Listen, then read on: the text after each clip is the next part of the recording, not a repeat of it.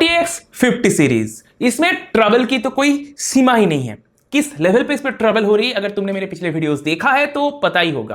अब RTX 50 series की या फिर 40 सीरीज की 4080, 4090, 5080, 5090 की मैं बात कर रहा हूं, जो पावर कनेक्टर है वो पिघल जाती हैं। अब ये पिघलता क्यों है, ये मैंने फाइनली फिगर आउट कर लिया है।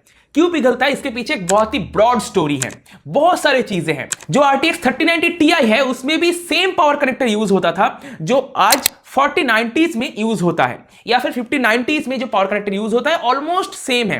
बेसिकली जो 3090 Ti था या फिर 4090 था, मतलब पुराने जब 4090 रिलीज किया था उस समय की बात करो, बाद में तो 4090 की जो पावर कनेक्टर उसको बदल दिया गया था।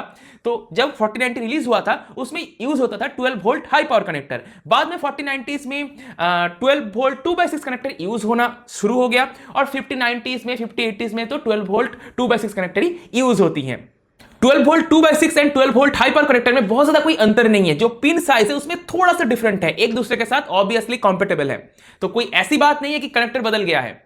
एक्चुअली में अंदर से कनेक्टर थोड़ा सा बदला है, फिजिकली बाहर से देखने से कोई डिफरेंस पता नहीं चलेगा। अब अंदर से जो डिफरेंस हुई है इस वजह से भी कोई बहुत ज्यादा फायदा नहीं हुआ। अब भी 5090s एंड 5080s पिघल रही हैं। तो 3090 Ti क्यों नहीं पिघलता था और अब 50 सीरीज में या फिर 40 सीरीज में वो कनेक्टर पिघल क्यों रही है, इसके ऊपर मैंने फुल एक्सप्लेन किया है। नीचे प्ले बटन पे क्लिक करके फुल वीडियो को जाके देखो।